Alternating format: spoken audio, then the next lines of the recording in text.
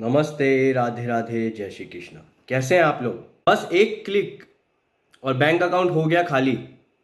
जी हाँ, सही सुना आपने। मुझे भी ऐसा ही शौक लगा जब मैंने ये पढ़ा। ये सिर्फ एक डायलॉग नहीं, ये आज के डिजिटल जमाने का सबसे बड़ा सच है। सिर्फ 10 दिनों में 3 लोगों ने 3.9 करोड़ के करीब खो दिए। साइबर स्कैम करके 3.9 करोड़ इन लोगों से लूट लिए गए। ना किसी ने गन पॉइंट पे धमकाया, ना किसी ने घर में घुस के लूटा। और ये सब हुआ कैसे?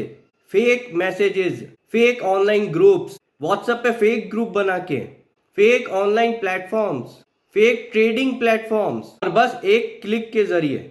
आप सोच रहे होंगे, क्या ये मेरे साथ हो सकता है? जी हाँ, बिल्कुल, ये किसी के साथ भी हो सकता है। और करंटली साइबर स्कैम सबसे ज्यादा डेंजरस है। इससे सबसे ज्यादा हमें बच के रहना चाहिए, क्योंकि आजकल हम सब online platforms, online trading, online investment, सब चीज ऑनलाइन यूज करते हैं। तो हमें सतर्क और सावधान रहना बहुत जरूरी है, क्योंकि हर दिन फ्रॉडस्टर्स नए नए तरीके निकालते हैं साइबर फ्रॉड के लिए। इस वीडियो में मैं आज आपको बताऊंगा क्या हुआ उन लोगों के साथ, कैसे ये स्कैम हुआ, और सबसे जरूरी आप अपने आप को कैसे बचा सकते हैं। तो वीडियो को प्लीज एंड तक देखिएगा। एक क्लिक आपका पैसा ले जा सकता है, वैसे ही एक और क्लिक आपको बचा भी सकता है। Welcome to my channel.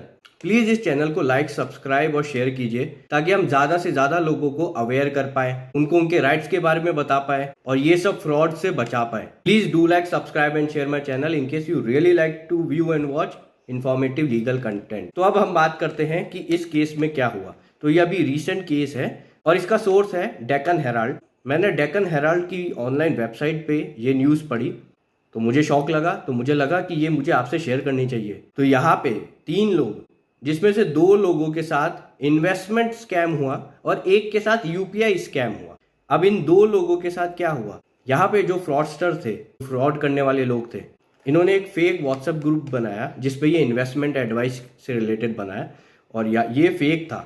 यहाँ पे इन्होंने क्या किया, ये विक्टिम्स जो थे इनको इन्होंने मेंबर ऐड किया, और फिर इसके बाद ये रेगुलरली एडवाइस देते थे। और इसमें जो दूसरे ग्रुप मेंबर्स थे वो भी इनके ही साथी थे, फ्रॉडस्टर के ही, फ्रॉड करने वाले लोगों के ही साथी थे। तो इन्होंने फेक दिखाया सब कि हमें फ़ायदा हो रहा है, फेक ग्राफ दिखाए, फेक प्रॉफिट दिखाया, जबकि वो सही नहीं थे। वो फेक ग्राफ थे, फेक प्रॉफिट था, फेक इन्वेस्टर्स थे। वो इन्वेस्टर भी वो फ्रॉडस्टर ही थे जो उनके साथी थे।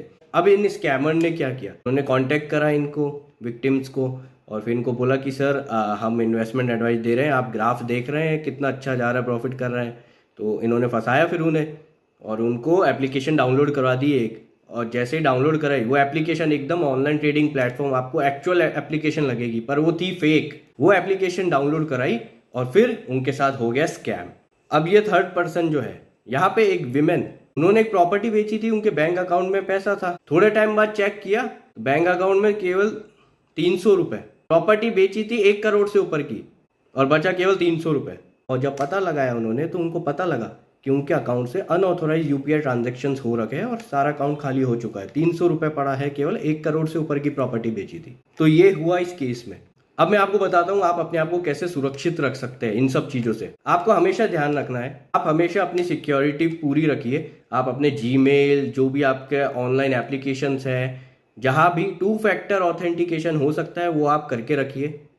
बैंक अकाउंट का, जीमेल का, सबका आप 2 फैक्टर ऑथेंटिकेशन रखिए। अभी भी कोई एक्सटर्नल लिंक या थर्ड पार्टी से कोई लिंक आया है उसको ओपन मत कीजिए, पहले पूरा वेरीफाई कीजिए, उसके बाद ही आप उस पर क्लिक कीजिए। और अगर कभी किसी के साथ साइबर क्राइम हो जाता है तो आपको इमीडिएटली 1930 नंबर पे कांटेक्ट करके कंप्लेन करनी है, रजिस्टर करानी है इमीडिएटली आपको कंप्लेन। आप online national cyber crime portal पे भी जाके अपनी कंप्लेन रजिस्टर करवा सकते हो, और लोकल पुलिस स्टेशन में भी जाके आप एफआईआर करवा सकते हो अगर आपके वहाँ पे साइबर क्राइम पुलिस स्टेशन नहीं है। मुझे उम्मीद है ये सारी इन्फॉर्मेशन आपके लिए यूजफुल है, इन्फॉर्मेटिव है। प्लीज आप मुझे कमेंट करके भी बता सकते हैं कि ये सब इन्फॉर्मेशन आपके काम आ रही है। और अगर आपको और कोई इन्फॉर्मेशन चाहिए या आपके साथ कोई भी इशू हुआ है, कोई अलग समस्याएं हैं आपकी, तो आप मुझे कमेंट करके बताइए। मैं पूरी कोशिश करूंगा मैं उन इश्यूज को लेकर भी मैं आगे वीडियो बनाऊं और मैं आपको गाइड कर पाऊं और मैं आपको ये बता पाऊं कि ऐसी सिचुएशन में हमें क्या करना चाहिए, मैं आपको यूजफुल इन्फॉर्मेशन दे पाऊं। प्लीज सावधान रहे, सतर्क रहे, अपना वकील खुद बने। नमस्ते।